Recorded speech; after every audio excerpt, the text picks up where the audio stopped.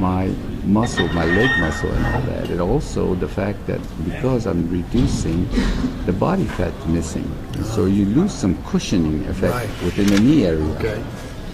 And I think that didn't help my lifting at all. So I came in second place. Yes, but isn't it true though, in a gallon attempt, didn't you clean 170 kilos in your third attempt? Yes, but I missed a jerk. Yeah, but you almost, I mean, I saw pictures of it, the right arm didn't quite lock Oh, out. yeah. And you would have won your third gold medal. Well, but you know what? The bottom line is, if I didn't reduce, if I was in the 181, you would have. I should have won simply because the guy who did win did not match the total I made the previous Olympics. Right. Okay. You know? Yeah. But that's how it goes, you know. You can't win them all.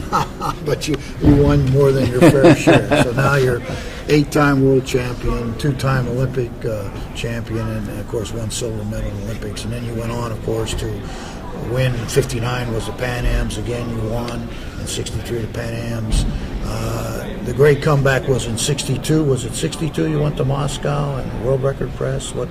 No, 61. 61, okay. You know, in the 1960... They thought you were all washed up. 1960, because of that knee problem and all that, and I came in second place at the Olympics in Rome, I decided I'm going to give my knee a rest. Okay. Complete rest. I will not do any squats at all.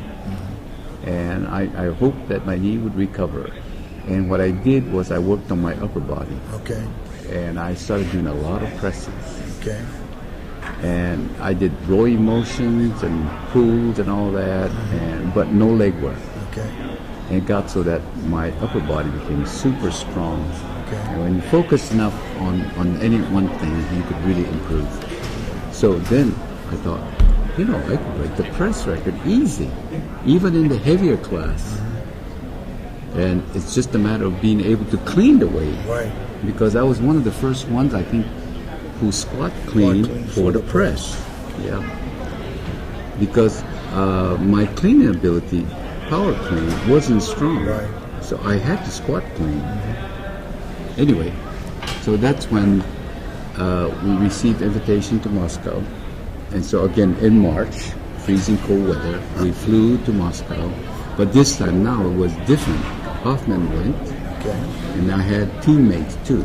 Okay. Isaac Berger and Bradford. Okay. Yeah. So it was an enjoyable trip. And when I went to Moscow, I really performed good. I broke the press record and I broke the total record. Yeah. Is it true that you started with 147, 3 1/4 in the press, and you missed the clean? Yep. And then you know, it was. I had performed so good in training. I was in great shape, and Hoffman knew that too. So when I said I'm going to start with certain weight, he didn't question it at all. But my focus was so much on the pressing that I failed to clean the weight. I thought, wow, that was a bummer, you know. And for my second attempt, I said, you know, I'm going to go 5 kilos yet. You jumped. Some people thought you were crazy. And Hoffman said, well, I guess you know what you're doing because I saw you press so-and-so, you know, in Europe. So he left it up to me. So I went up there and I pressed it. And then your third attempt and on the third attempt, I said, I want to try the world's record. Right. So they loaded up and I made a nice press. Yeah.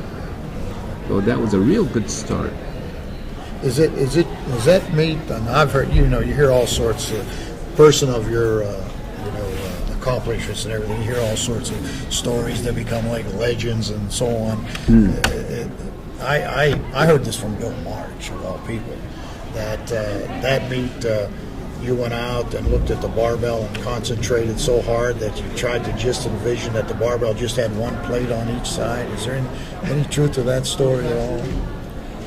No, that was the year after on the clean and jerk. Okay, 62 and in it was Budapest. I had focused. I was alarmed that they had so much plates on it outside, and I had never seen 15 kilo plates that was the same size as the 20 kilo plates. Okay.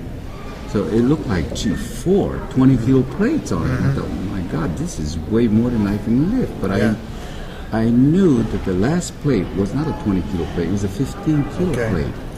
But nevertheless, your mind is programmed to think, because their plates, the chrome-plated plates, were different. And that's when I had to concentrate so much that I don't even see the plate. All I focus is on the bar. I had to do that because that 4 plates on each side was really staring me. As I was walking up, I knew I could clean and jerk the weight because it's within reason. But when I saw a plate, I was shocked. Wow, I can't believe it. This is too heavy. Yet I knew that it's not heavy. Right. But, your mind is playing tricks on you. So I thought, I got to focus. Now, this is 1962, the World Championships in Budapest, and you're lifting against Varies. And that was a little controversial, wasn't it? You pressed 330, and he did a lopsided press. 341 press, yeah. I thought, how and they can passed they it. pass that? Yeah. But yet, wasn't you... you said the crowd was very hostile. I mean, they were cheering for him and booing you and everything. And you guys went right down to the wire. At that time, it was funny. It was Gary Cleveland. Right. Gary Cleveland and I was on the USA, and they had 2 Geza Tote and Varies. 2 Americans, 2 Hungarians.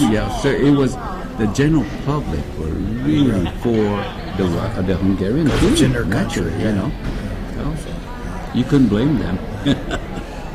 Now you sort of were taking it easy, and your knee was really bothering you and so on.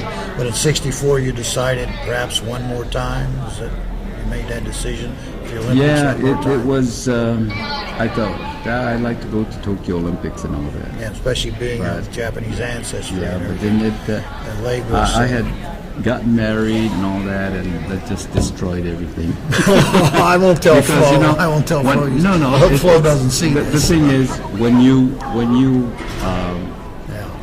have responsibility, you're obligated to do certain things and all that. Whereas before, when you're single, just yourself, you can be focused on whatever you want to do. Right. But you have obligations and all that, and that's going to cut into what you want to do, maybe. Now, at this time in your life now, is that when you started to work for Hawaii Parks and Recreation, or did that? No. Okay. I had a gym. I opened up a gym because I looked at how things were going. I thought, you know what, I can't be, lifting is going to be over for me. Right. But what am I going to do? I got all this knowledge now. And what I should do is try to get this knowledge out to people. And it almost seemed natural that I go into the gym business. So I went into the gym business, but I found out after a year or so that I was dissatisfied simply because I was not teaching Olympic lifting. I was teaching more on conditioning and fitness, athletes, getting good in their sport and all that, but not Olympic lifting. So when Mexico approached me if I would like to be the coach over there, because Mexico was going to host the Olympics, 68. And they wanted to showcase their lifters or their athletes too, and how can they do it, and that was the idea. So they approached me if I don't mind working over there. So you went to become the head coach for the Mexican team. So I thought, well, maybe this is what I've been looking for, because it's about weightlifting, Olympic weightlifting. It's not about trying to condition yourself for sports and all that kind of stuff. And so I said, okay, we'll try it. Now, after that Olympics, then the West Germans approached you after that Olympics? The West Germans liked what I did over there in Mexico. So they said, when you're finished with the stint over there, you want to come to us. So you went and moved to Germany? Right. So I moved to Germany. And you were there, 4 years to help? 4 years, yeah. I was 3 years in Mexico as their national and Olympic coach, and then 4 years for the Munich Olympic sports, the Olympic Games. And when, actually, believe it or not, the Canadian approached me too. Oh, really? For the Montreal Games, but I thought, I said, no ways, because my kids were growing up and they didn't even know what baseball was. Yeah. You said your one son, he thought he was a German at that time. He spoke right. German. And so. Ich bin ein Deutscher. Yeah. I am a German.